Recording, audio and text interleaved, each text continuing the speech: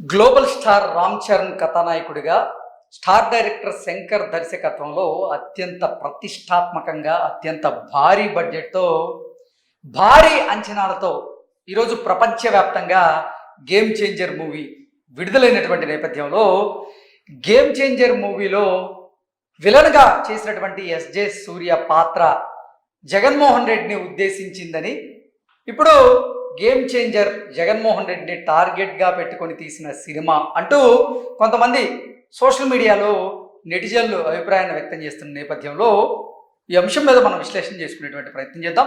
ప్రస్తుతం మనతో పాటు ఉన్నారు ప్రముఖ సినీ విశ్లేషకులు, ప్రముఖ సీనియర్ జర్నలిస్ట్ యజ్ఞమూర్తి గారు. వారితో మాట్లాడదాం.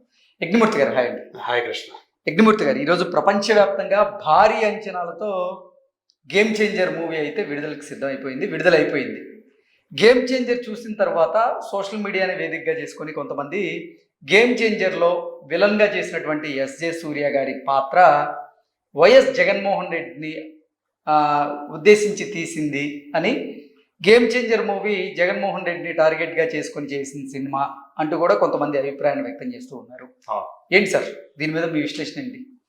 గేమ్ చేంజర్ సినిమా అది ఆంధ్రప్రదేశ్ నేపథ్యంలో నడిచేటువంటి ఒక రాజకీయ సినిమా అనేగానే చెప్పాలి మనం. సో రాజకీయాలు అంటే బ్యూరోక్రసీకి రాజకీయాలకు పొలిటీషియన్స్కి మధ్య అంటే ఒక నిజాయితీ పరుడైనటువంటి ఒక బ్యూరోక్రాట్, ఒక ఐఏఎస్ ఆఫీసర్, కలెక్టర్, అవినీతి పరుడైనటువంటి ఒక రాజకీయ నాయకుడిని ఎదుర్కోవాలంటే ఎలాంటి పరిస్థితులు ఉత్పన్నమవుతాయి, అతనికి నిజాయితీ పరుడిని ఈ అవినీతి పరుడు ఎలా ఇబ్బంది పెడతాడు, ఎలా అంతం చేయడానికి ప్రయత్నం చేస్తాడు, అతని నుంచి తప్పించుకొని ఇతను ఎలా విజేతగా నిలుస్తాడు. ఇది గేమ్ చేంజర్ సూక్ష్మంగా కథ చెప్పాలంటే. ఓకే, ఇందులో ప్రధానంగా సినిమా అంతా కూడా సెకండ్ హాఫ్ మనం అంతా చూసుకుంటే అంటే ఒక్కసారి కనుక ఆ ఫ్లాష్ బ్యాక్ ఎపిసోడ్ పూర్తి అయిపోయిన తర్వాత అప్పన్న పాత్ర, రామ్ చరణ్ చేసినటువంటి తండ్రి పాత్ర, అక్కడి నుంచి సినిమా అంతా కూడా పూర్తిగా ఎలక్షనీరింగ్ అనేదే జరుగుతుంది. ఎన్నికల ప్రక్రియ. ఆ ఎన్నికల ప్రక్రియలో మనం అవి చూసినప్పుడు అందులో ఎస్జే సూర్య పోషించినటువంటి ఆ మోపిదేవి బొబ్బిలి అనే క్యారెక్టర్ చూసినప్పుడు కొన్ని మనకి అతను చెప్పే డైలాగులు కానివ్వండి, అతని ప్రవర్తన కానివ్వండి, బిహేవియర్ కానివ్వండి, అవి చూసినప్పుడు మనకి ఇదేమన్నా జగన్ని ఏమన్నా టార్గెట్ చేశారా అంటే జగన్ ఏమన్నా అక్కడ ఆ రిజెంబ్లెన్స్ అన్నమాట అవి కనిపిస్తూ ఉంటాయి మనకి. కొంతమంది అదే అభిప్రాయపడుతున్నారు.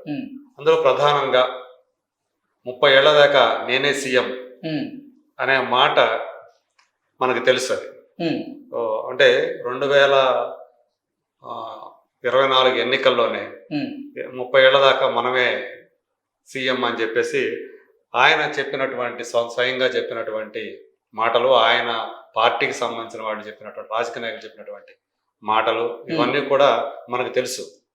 సో అదే అలాంటి డైలాగ్ ఇందులో 30 ఏళ్ల దాకా ఇక మనమే సీఎం, ఒకసారి ఇప్పుడు గెలిచామంటే ఇక 30 ఏళ్ల దాకా లేదు. అదొక సన్నివేశం. అలాగే ఆ రోజుల్లో ప్రధానంగా ఒక విమర్శ ఆయన మీద వచ్చింది మనకు తెలుసు. వైఎస్ రాజశేఖర రెడ్డి గారు చనిపోయినప్పుడు ఆయన అంత్యక్రియలు ఇంకా పూర్తి కాకముందే సో సీఎం కావాలని, ముఖ్యమంత్రి కావాలని జగన్మోహన్ రెడ్డి చాలా ఆరాటపడ్డారు. అక్కడే ఆ ప్లేస్లోనే ఆయన తన అభిప్రాయాన్ని వ్యక్తం చేశారు, ముఖ్యమంత్రి కావాలనేది. అప్పుడు మనం బాగా ప్రబలంగా వినిపించినటువంటి ఒక మాట. సో ఇందులో కూడా ఆల్మోస్ట్ అంపశయ్యం మీద ఉన్నటువంటి అంటే చనిపోయే ముందు శ్రీకాంత్ చేసినటువంటి పాత్ర, మోపిదేవి సత్యమూర్తి అనే పాత్ర, ఆయన ముఖ్యమంత్రి. ఆయన ఇంకా చనిపోయాడు యాక్చువల్గా. అప్పుడే ఆయన కొడుకులు, యాక్చువల్ సినిమాలో పెంచిన కొడుకులని చూపించారు, పెంపుడు కొడుకులాగా. ఆ అన్నదమ్ములిద్దరూ కూడా ఆ ముఖ్యమంత్రి పీఠం కోసం కాట్లాడుకోవడం కనిపిస్తుంది. వన్స్ ఆయన చచ్చిపోయిన తర్వాత, ఆ ముఖ్యమంత్రి చచ్చిపోయిన తర్వాత, అంటే మోపిదేవి సత్యమూర్తి చనిపోయిన తర్వాత, తను అంటే ఈ బొబ్బిలి అనే క్యారెక్టర్ ఇంకా నేనే సీఎం, ఇంకా నాకు తిరగలేదని చెప్పేసి అన్న కూడా భయపడిపోతాడు. అంటే తండ్రిని చంపింది కూడా యాక్చువల్గా తమ్ముడే అని అన్నకు అప్పుడే తెలుస్తుంది. సహజ మరణం కాదు ముఖ్యమంత్రి గారిది, అని చెప్పేసి రఘుబాబు క్యారెక్టర్ వచ్చి జయరామ్ క్యారెక్టర్కి చెప్తుంది. అన్న క్యారెక్టర్ జయరాము అన్న అన్నమాట. అందులో అతని పేరు మగధీర అని పెట్టారు. అది ఎందుకు పెట్టారో తెలియదు కానీ మగధీర అని పెట్టారు. కానీ పేరుకే మగధీర కానీ అంతా కూడా ఇతను బొబ్బిలి ఏం చెప్తే అదే జరుగుతుంది. అందరూ భయపడిపోవాల్సిందే.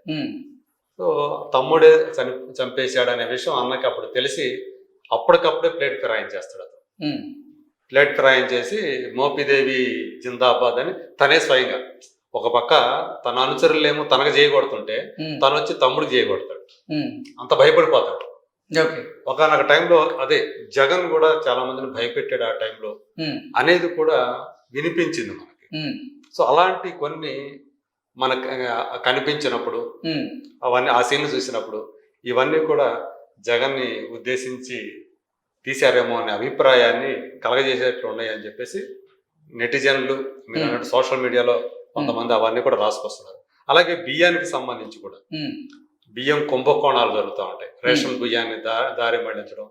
ఇవాళ అంటే రూపాయి ఇచ్చేటువంటి బియ్యాన్ని వీళ్ళ చేతుల్లో పెడితే రేపు అధికారం వీళ్ళలో పెడితే అది 100 రూపాయలు చేస్తారు అనటాలు. ఇలాంటి కొన్ని బియ్యానికి సంబంధించినటువంటి ఆ సీన్స్ ఏవైతే ఉన్నాయో అవి కానీ మనకు కనిపిస్తాయి. అలాగే ఇంకా అన్నిటికీ మించి ఈ ఎన్నికలు జరిగేటప్పుడు ప్రజల్ని డబ్బుతో కొనియచ్చు అని విచ్చలవిడిగా ఆ డబ్బుల్ని వెదజల్లడం, కంటైనర్లో తరలించడం అంత డబ్బుల్ని, ఇవన్నీ కూడా దాన్ని అంటే మనకు తెలుసు ఎన్నికల్లో జగన్మోహన్ రెడ్డి గారు విపరీతంగా ఖర్చు చేశారు, ఓటుకి ఎంత అని చెప్పేసుకున్నారు. అంటే ఇటువైపు నుంచి కూడా వచ్చినప్పటికీ కూడా అవతల పార్టీ వాళ్ళ మీద కూడా ఇలాంటి ఆరోపణలే మొత్తానికి పంచుతారు. ప్రజలకి డబ్బు పంచడం అయితే అది ఖాయం. కాదు ఎవరు ఎక్కువ పంచారనేది ఇక్కడ లెక్క. అది ఇక్కడ మనకి ఓటుకి 20,000 దాకా కూడా ఖర్చు పెట్టడానికి ఈ మోపిదేవి సిద్ధమవుతాడు. అతని దగ్గర ఉన్న డబ్బు అంతా కరిగిపోతుంది అనమాట ఒక సీన్లో. అది అలాంటి సీన్లు చూసినప్పుడు అలాగే ఈ స్విగ్గీ జొమాటో ఇలాంటి వాళ్ళు ఇంటింటికి వెళ్ళి అందజేస్తూ ఉన్నారు, వస్తువులు డెలివరీ చేస్తున్నారు. మనమే వీటిని డెలివరీ చేస్తే సరిపోలేదా ప్రజల దగ్గరికి వెళ్ళి బియ్యంని కానీ ఇట్లా రేషన్ వస్తువులు కానీ అనేది చూపించినప్పుడు అది ఒక పాజిటివ్ సైడ్గా మనకు అనిపిస్తుంది. అంటే మొత్తంగా ఒక్క సైడే పోతే అది మరీ అందరికీ కూడా తెలిసిపోతుందేమో అనే ఉద్దేశంతో దాన్ని కొంచెం బ్యాలెన్స్ చేయడానికి ఇదొకటి పెట్టినట్టు మనకు అనిపిస్తుంది.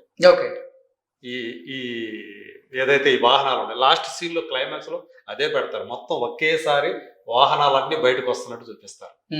ప్రజల దగ్గరికి వెళ్ళి ఇంటింటికి వెళ్ళే వాహనాలని.